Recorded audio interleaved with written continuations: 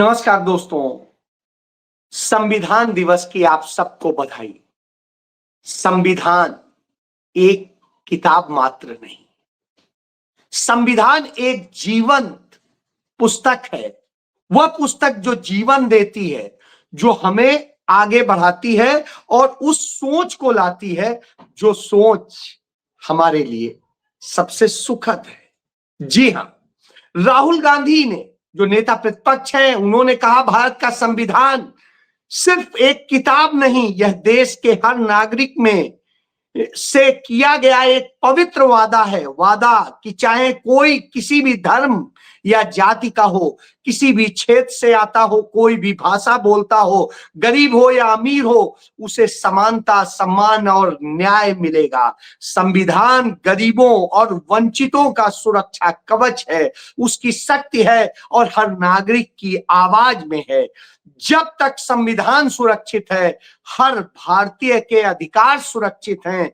आइए हम प्रण लें, इस संविधान पर किसी भी तरह का आक्रमण नहीं होने देंगे। इसकी रक्षा करना मेरा कर्तव्य है और इस पर होने वाले हर प्रहार के सामने सबसे पहले खड़ा रहूंगा। आप सभी को संविधान दिवस की हार्दिक शुभकामनाएं। जय हिंद, जय संविधान। जी, नेता प्रतिपक्ष राहुल गांधी ने संविधान की इस पुस्तक के साथ में यूं इस देश के लोगों से वायदा किया। क्या आपने नरेंद्र मोदी को ऐसा कोई वायदा करते हुए देखा क्या? शायद नहीं। उन्होंने तो संविधान जिस दिन पूरा हुआ, हस्ताक्षर हुए, उस 25 नवंबर को उन्होंने संविधान का तिल तिल कर कत्ल किया। जी हां, संविधान की प्रस्तावना में स्पष्ट तमाम बातें लिखी हुई हैं जिनको हमें आपको समझना चाहिए। यह रखा हुआ है, इसमें स्पष्ट लिखा हुआ है कि क्या है। तो कल वो इन सारी चीजों का the people of India having solemnly resolved to constitute India into a sovereign, socialist, secular, democratic republic and the secure to all its citizens justice, social, economic, and political liberty of the thought, expression, belief, faith, and worship, equality of states and opportunity, and to promote among them all fraternity, assuring the dignity of the individual and the unity and integrity of the nation. In our Constitution Assembly, its 26th day of November 1949, to hurriedly adopt, enact, and give to oversell the Constitution. आप देखिए, यह लिखा हुआ है और यह भारत की प्रस्तावना है जिससे नरेंद्र मोदी को डर लगता है। और इन्होंने कल इसी का उल्लंघन किया। इसमें जो पहला शब्द है सोशलिस्ट के बाद में सेकुलर शब्द, और यह सेकुलर शब्द बार बार ये कहते हैं बाद में, लेकिन यह संविधान सभा में स्पष्ट रूप से कह दिया गया था, उसी को ऊपर लाया गया। तो कल इन्होंने जब ध्वजा फहराई, जब इन्होंने शंख को वो किया, उस समय इन्होंने इसका अपमान किया। लगातार सुबह से लेकर शाम तक हमारे आपके पैसे से इन्होंने इसकी धज्जियां उड़ाई। जी हां, और धज्जियां कैसे कैसे उड़ रही हैं देखना होगा। उसी वक्त में हमारे सुप्रीम कोर्ट ने एक बात कही कि हम समाज को बंटने नहीं देंगे। और जो ओबीसी आरक्षण का मामला था, महाराष्ट्र में निकाय चुनाव का फैसला, वो उसको लेकर के उन्होंने कहा, जो कहा वो सुनिए, हम चाहे कुछ भी करें, हमें समाज को जाति के आधार पर नहीं बांटना चाहिए।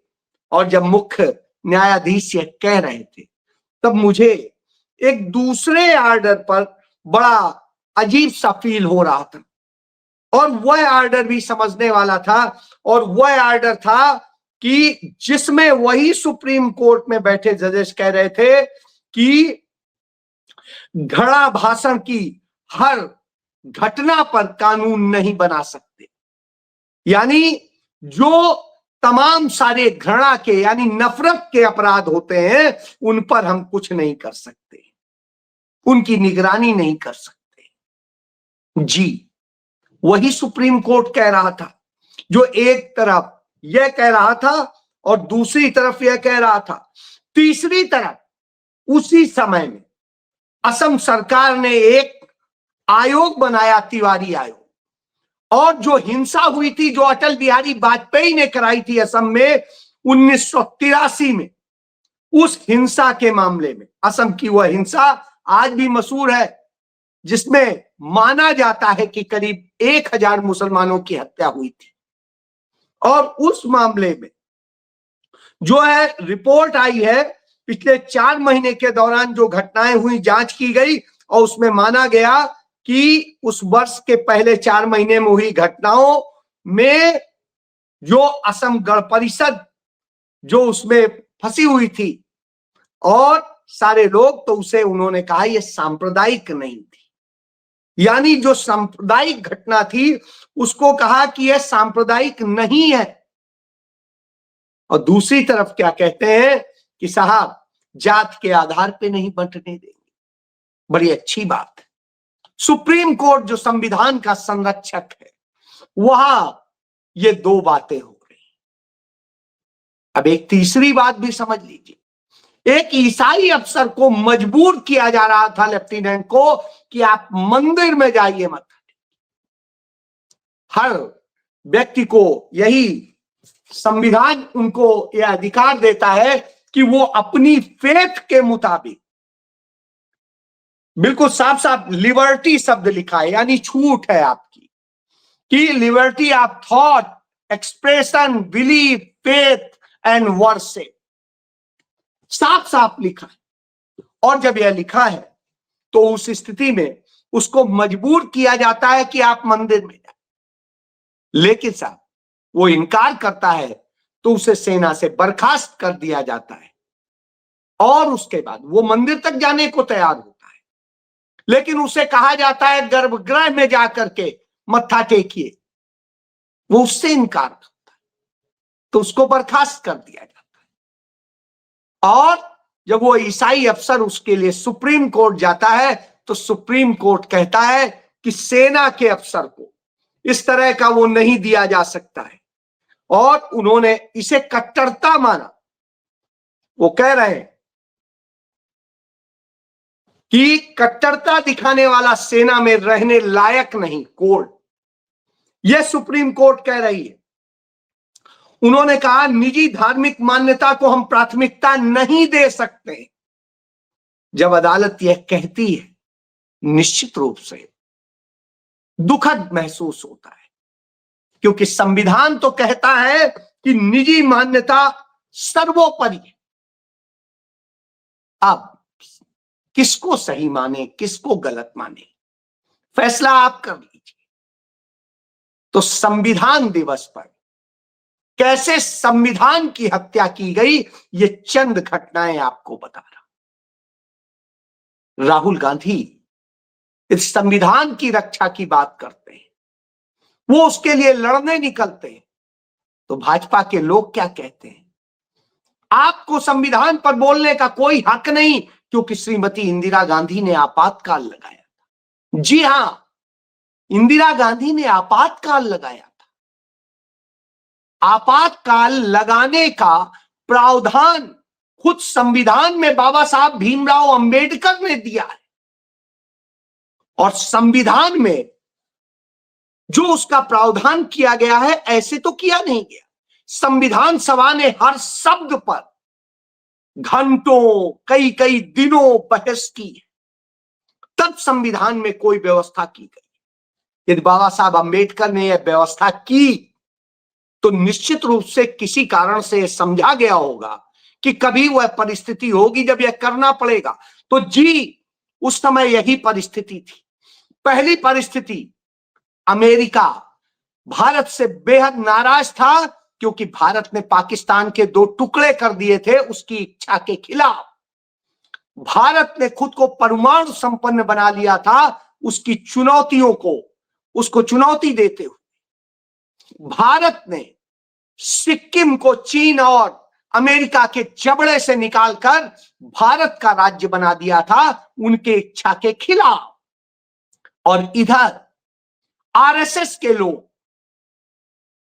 जिस तरह से जयप्रकाश नारायण के साथ मिलकर के, उनके पूरे साथियों के साथ मिलकर के विरोध करा रहे थे, देश भर में रेल रुकवा दी गई थी, सारी व्यवस्थाएं, माल की आवाजाही, यात्रियों की आवाजाही रुक गई थी। करीब 20-22 दिन यह स्थिति रही और उनको रोकने का, समझाने का प्रयास हो रहा था। उधर भारत के चीफ जस्टिस ऑफ इंडिया पर कातिलाना हमला होता है, यानी हत्या का प्रयास होता है, और भारत के रेल मंत्री को बम मारकर उड़ा दिया जाता है भागलपुर में रेलवे स्टेशन पर। और यही नहीं, इसके अलावा तमाम मंत्रियों, तमाम विधायकों, तमाम सांसदों के बच्चों को किडनैप करके, उनके ऊपर हमले करके और हर तरीके से उनसे इस्तीफे लिखवाए जा रहे थे, उनके ऊपर हमले हो रहे थे। आप बताइए। और ऐसे में जयप्रकाश नारायण उसी आरएसएस के साथ मिलकर, उसी सीआईए की संस्था कल्चरल फॉर फ्रीडम के साथ, कांग्रेस फॉर कल्चरल फ्रीडम संस्था के पूरे भारत के चैप्टर के अध्यक्ष थे, और वो रहते हुए सीआईए के इशारे पर वो मिलकर के जब यह कर रहे थे, तो उस स्थिति में वो रामलीला मैदान में भारत की सेनाओं को, पुलिस को, सशस्त्र बलों को और देश के मुलाजिमों को सरकार के खिलाफ विद्रोह के लिए कह रहे थे, आह्वान कर रहे थे। बताइए, देश बचाया जाना चाहिए था या आपातकाल नहीं लगाया जाना चाहिए था? निश्चित रूप से आपातकाल मजबूरी थी, और यह बात इंदिरा गांधी ने खुद बताई कि कितनी बड़ी मजबूरी थी। और उन्होंने इस मजबूरी के साथ यह भी कहा कि निश्चित रूप से इसमें कुछ ज्यादतियां भी हुई, क्योंकि इंप्लीमेंट करने वाली एजेंसियां, पुलिस हो, दूसरे और अफसरान हो, वो कई बार अति कर देते हैं, उससे कुछ परेशानियां हुई, लेकिन किसी के भी खिलाफ कोई झूठा केस नहीं रजिस्टर किया गया, किसी के खिलाफ ऐसे आपराधिक केस नहीं बनाए गए। उनको सिर्फ मीसा में या दूसरे निरोधात्मक कानूनों में गिरफ्तार किया गया। जयप्रकाश नारायण को उनके घर में ही नजरबंद रखा गया, वो नहीं किया गया। लेकिन आरएसएस के नेता चूंकि जेल गए थे, इसलिए उन्हें तकलीफ है। उनको सबसे ज्यादा तकलीफ है, तो माफीनामे वही लिख रहे थे। आरएसएस के प्रमुख देवरस लिख रहे थे माफीनामे। यह थी वजह। यदि इंदिरा गांधी उस समय आपातकाल नहीं लगाती तो अमेरिका भारत के कई टुकड़े करा देता। भारत में आतंकवाद का जन्म तभी हुआ जब इंदिरा जी चुनाव हार गई। यदि इंदिरा गांधी संविधान को इसी तरह से खत्म करना चाहती तो, या व्यवस्था बदलना चाहती तो उनके पास इतने सांसद थे। उन्होंने ऐसा नहीं किया। उन्होंने चुनाव कराया, लोकतंत्र पर यकीन किया, यानी इंदिरा गांधी अधिनायकवादी नहीं थी। यह बात इस बात से साबित होती, नहीं तो वो अपनी राजशाही चला सकती थी। और उसके बाद में इंदिरा ने देश पर सौंपा। यही वजह है कि इस देश ने उन्हें 362 सीटें देकर के दोबारा चुना 1980। यानी जनता ने माना कि इंदिरा गांधी ने गलत नहीं किया। अब आपको समझ में आ गया होगा। तो राहुल गांधी जो बात कहते हैं कि संविधान की रक्षा, तो संविधान की रक्षा संविधान बनाने से लेके आज तक कांग्रेस ने ही की है। संविधान बनाने की शुरुआत मोतीलाल नेहरू ने की थी। 1928 में संविधान का पहला संविधान बना था, जिसे नेहरू रिपोर्ट कहते हैं। अंग्रेजी हुकूमत ने उसे मानने से इनकार कर दिया था, क्योंकि उसमें दलितों के लिए, पिछड़ों के लिए, अल्पसंख्यकों के लिए एक रिजर्वेशन की व्यवस्था थी, एक संवैधानिक संरक्षण की व्यवस्था थी। और वही चीज आगे आकर के इस संविधान में हुई कि सबको संरक्षण दिया गया, जो कमजोर थे, जो छोटे थे। और यही बात पंडित जवाहरलाल नेहरू ने संविधान सभा की पहली बैठक में कही थी कि हम क्या संविधान बनाने जा रहे हैं। पंडित नेहरू ही डॉक्टर भीमराव अंबेडकर को संविधान सभा में अपने सदस्य जयकर का इस्तीफा करा के लेके आए थे जी। तो आज संविधान की हत्या होती है। संविधान की हत्या कैसे कैसे होती है, इसके कुछ उदाहरण भी आपको दिखा देता हूं। वो देखना इसलिए जरूरी है क्योंकि यह देश के लिए बेहद खतरनाक हालात। आज जब अदालतें कह रही हैं कि हम घृणा के मामले में कुछ नहीं कर सकते, तो देखिए क्या हो रहा है। ये मुस्लिम लड़की है, इसके साथ किस तरह से किया जा रहा है, उसको गिरा दिया। अब आप देखिए, घेर करके उसके साथ में हमला होता है। और इसी तरह से आप ये देखेंगे तो पाएंगे कि किस तरह से ऐसे ही आदिवासियों के साथ भी हो रहा है, ऐसे ही दूसरे लोगों के साथ हो रहा है। तो जब यह हो रहा हो तो निश्चित रूप से तब राहुल गांधी पर कितना यकीन है, यह देखिए।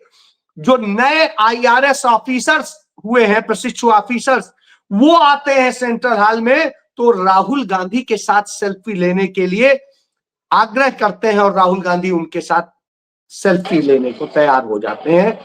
यह आपको दिखाना जरूरी है। ये देखिए,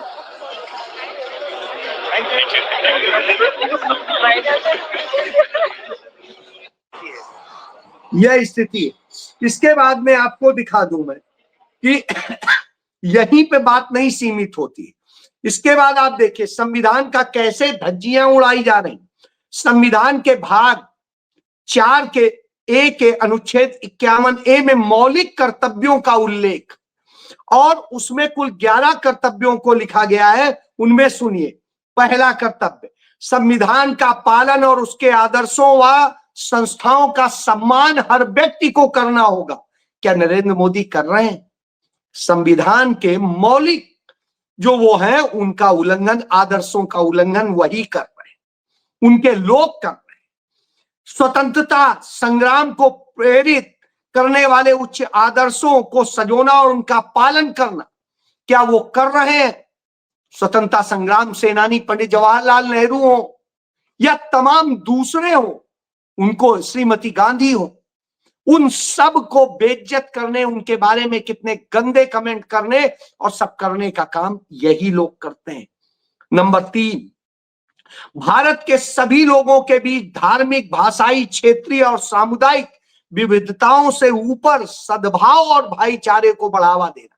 तो आप बताइए, धार्मिक, भाषाई, क्षेत्रीय सब आधार, और यहां धन के आधार पे, जात के आधार पे, क्षेत्र के आधार पे और तमाम समुदाय हर तरह से किस तरह से सद्भाव की, भाईचारे की बजाय नफरत का वातावरण बनाने का काम यही कर रहे हैं। चौथा सुन लीजिए, वैज्ञानिक दृष्टिकोण, मानवतावाद, जिज्ञासा और सुधार की भावना विकसित करना। क्या वैज्ञानिक दृष्टिकोण से सरकार कर रही है? अपने कर्तव्य का पालन कर रही है? नहीं कर रही है। मानवतावाद से कर रही है? नहीं कर रही है। जिज्ञासा और ज्ञान को, सुधार को, भावना को बढ़ावा देना, इसके लिए कर रही है? नहीं, गूढ़ में ले जा रही, आपको कहती है कि इस तरह से करिए। तो ये 11 कर्तव्यों की है लिस्ट, और इसे पढ़ लीजिए। इनमें से एक भी कर्तव्य का पालन हमारी सरकार आज नहीं कर रही है। यह हमारे लिए दुर्भाग्यपूर्ण है, और दुर्भाग्यपूर्ण इसलिए है क्योंकि हम देख रहे हैं जिस तरह से SIR करके पिछड़ों के वोट हैं, अल्पसंख्यकों के वोट हैं, दलितों के वोट हैं, कैसे काटे जाए। यह काम चुनाव आयोग संवैधानिक संस्थान के जरिए हो रहा है। अब तक कैसे मरे हैं सुन लीजिए। गुजरात में बीएलओ रमेश की मौत हुई, गुजरात में ही बीएलओ डिंकल की मौत हुई, गुजरात में ही अरविंद ने आत्महत्या की, गुजरात में ही बीएलओ सहायक उषाबेन की मौत हुई, और गुजरात में ही कल्पना पटेल की मौत हुई, केरल में अनीस ने आत्महत्या की, राजस्थान में हरिओम की मौत हुई, राजस्थान में मुकेश ने आत्महत्या की, राजस्थान में सुपरवाइजर संतराम ने की मौत हुई, और मध्य प्रदेश में भुवन की, रमाकांत की, सीताराम की, मनीराम की, सुजान सिंह की, अनीता नागेश्वर की, उदय भान ने आत्महत्या की, और नायब तहसीलदार कविता अरोड़ा ने आत्महत्या की। पश्चिम बंगाल में नमिता की मौत हुई, शांति की मौत हुई, रिंकू तरफदार की ने आत्महत्या की। उत्तर प्रदेश में विजय कुमार वर्मा की मौत हुई, सर्वेश कुमार गंगवार की मौत हुई, और विपिन यादव ने आत्महत्या की, और सुपरवाइजर सुधीर कुमार ने आत्महत्या की। तमिलनाडु में जाहिता ने आत्महत्या की, तमिलनाडु में ही जो आंगनवाड़ी सेविका थी उसने आत्महत्या की। अब आप समझिए, यह स्थिति ला दी है, इतने लोग मर रहे हैं, और उसके बाद आप कहते हैं, इसके बाद में रेपिस्ट को मदद करना इस आधार पे क्योंकि एक ओबीसी लड़की जो थी उसके साथ में गैंग रेप करता है एक मंदिर का महान, तो उसे बचाने के लिए ज्योतिरादित्य सिंधिया आ जाते हैं। इसके बाद में आप हालात देखिए, ये एक आपको वीडियो दिखाता हूं। एक खिलाड़ी था हरियाणा में, खेल रहा था, यहाँ के जो स्टेडियम की बार बार लिख करके 3 महीने से दिया जा रहा था कि जर्जर है, वो लटका और देखिए गिरा लोहे का और वो मर गया। ये आप देखिए, यह स्थिति है, मौत सरकार दे रही है। तो सरकार को जो काम करना चाहिए था वो उसने नहीं किया, और वो मौत के मुंह में ढकेल रहा है। एक और दिखा दूं कि जो वैष्णो माता का, जो वहां वैष्णो माता के नाम पे मेडिकल कॉलेज बना है, जो सरकारी फंडिंग से चलता है, यूनिवर्सिटी से वो है, और उसमें नीट की परीक्षा के जरिए एडमिशन हुआ, तो उसमें 50 सीटों में से 42 सीटों पे मुस्लिम कैंडिडेट सफल पाए गए, और इस कारण उन्हें वहां पर रखा गया। अब ये सरकार क्या कर रही है? ये उनके साथ अन्याय कर रही है, भेदभाव कर रही है। सुन लीजिए।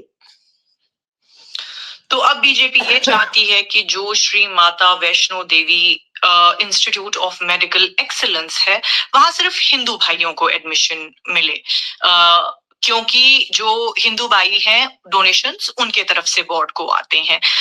लेकिन leader of the opposition Sunil Sharma साहब इसके साथ ये कहना भूल गए कि पिछले साल जो है grant in aid Jammu Kashmir हुकूमत की तरफ से 24 करोड़ मिला उन्हें, और इस साल 28 करोड़ मिला, जो कुल मिला के 52 करोड़ हो जाते हैं। तो ये हुकूमत का पैसा है जो यूनिवर्सिटी को मिलता है, और ये जो मेडिकल कॉलेज है ये एफिलिएटेड है यूनिवर्सिटी से। तो फिर मेहरबानी करके या तो ये पैसा आप वापस कर दीजिए इन स्टूडेंट्स को जिन्हें आप पकड़ ही नहीं रहे हैं, तो इनका तो कहीं इंतजाम कुछ करना है ना, क्योंकि उन्होंने सीट निकाली। आपको मेरिट का मतलब समझ में आ रहा है? मेरिट क्या होता है? तो आप समझ लीजिए, इस तरह से पक्षपात हो रहा है, संविधान की धज्जियां उड़ाई जा रही, हिम्मत नहीं है। यदि ये हालात हैं कि आपातकाल लगाया जाए तो लगाइए संविधान के थ्रू, संविधान के प्रावधानों के तहत, इंदिरा गांधी की तरह, और नहीं तो ये अवैध आपातकाल खत्म कीजिए। सोनम वांगचुक जैसे लोगों को अवैध तरीके से गिरफ्तार करके जेल में डाला जाता है, यह घोषित करता है कैसे तमाम लोगों के खिलाफ एफआईआर दर्ज की जा रही है और केस किए जा रहे हैं। सबूत है इस बात का कि संविधान का कत्ल नरेंद्र मोदी और उनकी भाजपा कर रही है, आरएसएस कर रही है, क्योंकि उसे तब भी पसंद नहीं था जब ये संविधान बना था, तब उन्होंने इसके प्रतियां जलाई थी, और उसके साथ पंडित जवाहरलाल नेहरू और डॉक्टर अंबेडकर के भी फोटो जलाई गई थी। जी हाँ, यह सच, उन्हें मनु संहिता चाहिए। जय